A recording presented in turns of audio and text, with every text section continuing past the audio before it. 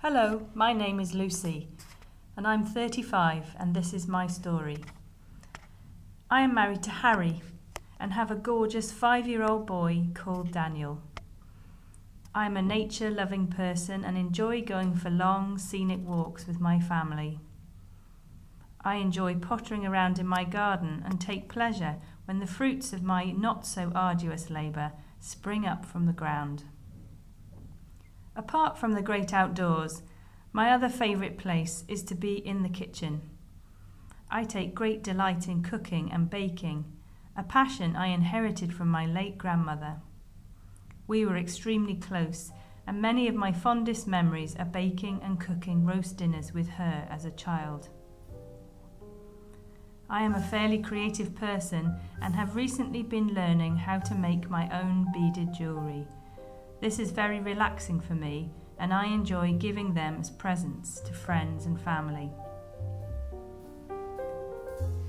We were so blessed and conceived Daniel the first month after I came off the contraceptive pill.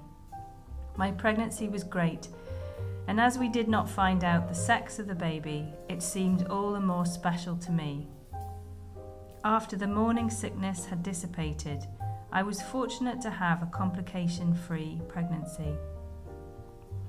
Throughout my pregnancy, I made sure I took all my vitamins and ate the right food for the healthy development of my baby. I attended an aquanatal class and did gentle swimming throughout my pregnancy and until 3 days before I gave birth. I devoured every book I could find about pregnancy and labour to try and give my baby the best birth. I had planned a water birth for my baby in the local birth centre with candles, oils, etc. This unfortunately did not happen as my labour seemed to slow down as soon as I got to the ward. My labour did not progress as expected, so I was transferred by ambulance to another hospital. I found this experience frightening as I was having contractions strapped to the ambulance bed as it raced down the M4. My beautiful boy was eventually delivered by forceps and a spinal injection as the doctors were concerned about his heart rate and wanted him to be born as soon as possible. I breastfed straight away as I had planned and spent the next 2 nights in hospital. I thought I was prepared for the arrival of my baby after my extensive reading during pregnancy, but I was very wrong. I can't think of one word to describe how I felt, but a few that come to mind are shell-shocked and overwhelmed.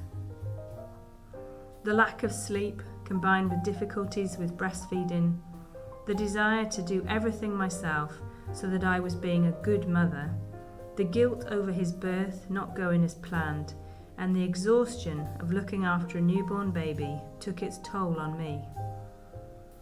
I became anxious as I was afraid that I was going to do something wrong. I checked him more frequently than was probably necessary and fussed about him being the right temperature.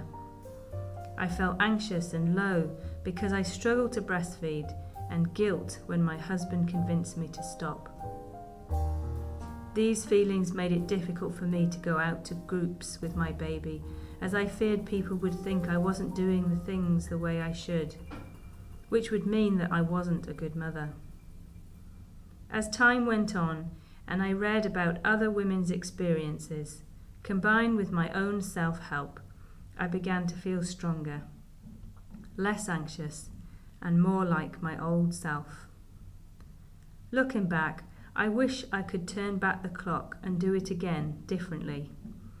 I loved my son with all my heart, but my feelings of guilt and anxiety took the enjoyment out of those early months with him. I enjoy being with my son so much now, as he is the amazing little person, and I am so thankful that I get to share my life with him.